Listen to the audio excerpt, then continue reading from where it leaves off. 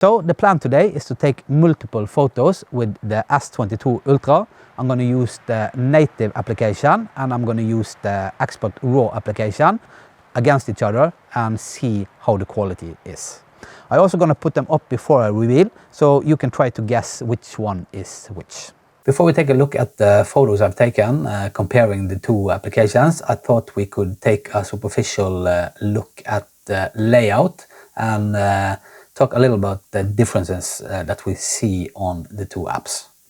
If we start with the native application, you can see here on the right side, it's in Pro mode, and that's the chosen option that I've taken, because then you have some possibilities to do some manual adjustments if you like to do that. You have the lenses, ultra wide, wide, telephoto lens and super telephoto. And if you go all the way over to the left side, we have on the top here a setting that gives you the opportunity to change the contrast, the saturation, sharpness and stuff like that. And it can be a okay possibility for you if you don't like to do post-editing in some editing software and you like to try to experiment and create your own creative output or look at your own photo. Below that we have the metering, the light metering. There are three different options, and under there we have the ratio. It's 4:3. The reason why it says 4:3 I'll get back to when we go to the Expert RAW app. Then we have the timer, the flash, and then the settings that takes you deeper to give you more options on the native app. Yeah, and then we have the histogram just over the photo here. By the way, this photo I've taken, it was actually one of my first photos when I started doing photography and trying to figure out if photo was something for me. I took it with a 7D or D7, I never remember which way. It's a Canon 7D or D7, and it was 5-6 minutes from where I live, a warm summer night. And as you can see, I've done some editing, but I try to make it as natural as possible, but with my creative look at it. My name is Chris, and thank you very much for clicking on my video. Before we continue, would you do me a little favor? That is to push the subscribe button down there. I have a next goal, and that is to reach 1,000 subscribers. And if you would help me reach that goal, I would appreciate it very much. Yeah. If we go to the Expert RAW application, we can see that it's very much the same. It's white balance, focus, exposure value, speed, aka shutter, and ISO. The lenses is the same, ultra wide, wide, telephoto lens and super telephoto. And over there we have a settings option. In that setting you can create your own presets if you do night photography or sunsets and stuff like that. You can create your own presets, so you don't have to do the manual settings afterwards, or you can choose to do auto. And on the left side we see the histogram here. It's a little bigger, and light metering, timer and settings. So as you can see, it's much less options on the Expert RAW application. The reason why is because the Expert RAW is a pure photographic application, while the native application, you have the video and the photo, food mode, star mode, night photography, much more in there. So the Expert RAW is more pure, more simple, and very good for its use. There are different settings when you can use the Expert RAW, and there are some settings that you don't want to use it. So I'll try to get back to that and explain some of those things in the video. Yes. Then I think we should try to take a look at the photos from these two applications, one from the native app and one from the Expert RAW application. I did not edit them, it's straight out of the camera. So we're going to take a look at that first, and then I'll edit the photos and see which one gets the best result. And then I'll have a lot of other photos that I've taken before. I'll show them to you as well, so you can get a glimpse of the possibilities when you use the Expert RAW app. By the way, the Expert RAW is free. You can download it at the Galaxy store. It's compatible with the Z Fold series, the S20, S21, S22, and the S23 that's almost in the stores at the moment. So let's take a look at the photos and see the difference between them. This is the two photos I've taken with the native application and the Expert RAW application. I did it in automatic mode.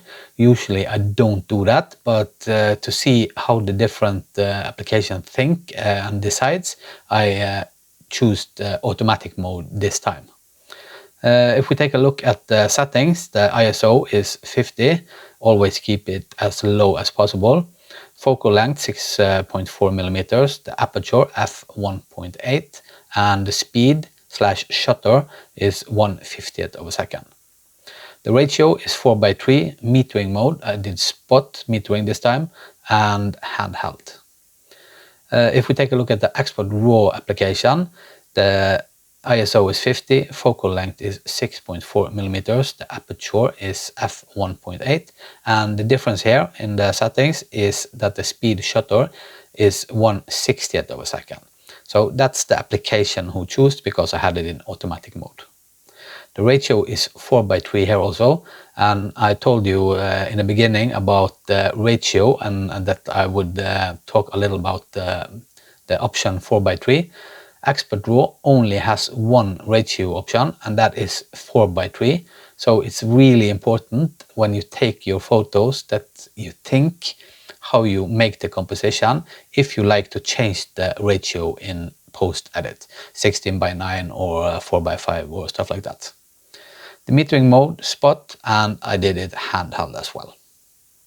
So now we can take a look at the two photos. The one is very bright and the other one is a bit darker.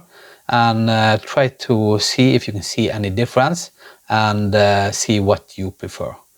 And now I'll take up the finished edited photos of both of them, but I'm not going to tell you which one is which, as I told in the beginning. And I'll give you a couple of seconds so you can try to guess, and then I'll give you the answer. So are you able to look at both of them and see which one is which? Now I'm gonna put them side by side, and then you can try to really go into the depth of the photo and take a guess which one is the Expert RAW and which one is the native. Did you guess the correct photo? If you didn't, I understand it very well, because I don't think I would be able to either. I think the details is where it lays when you do the post-editing, and the possibilities of stretching the photo, the dynamic range, and so on. So I'm going to show you some more photos that I've taken earlier on. It's not going to be a comparison, something like that. I'm getting tired. As I wrote in the beginning, I've been in night shift mode for 3 weeks, so lack of sleep and stuff like that takes its toll. So hopefully I get more energetic in a couple of weeks and can make another video soon. Now, as I said, I'm going to show some photos, and then I'm going to talk about some pros and cons when it comes to the Expert RAW application towards the native app. And also there are some things in the Expert RAW that the Pro RAW from Apple also has. So keep watching, and I'll see you after the photos.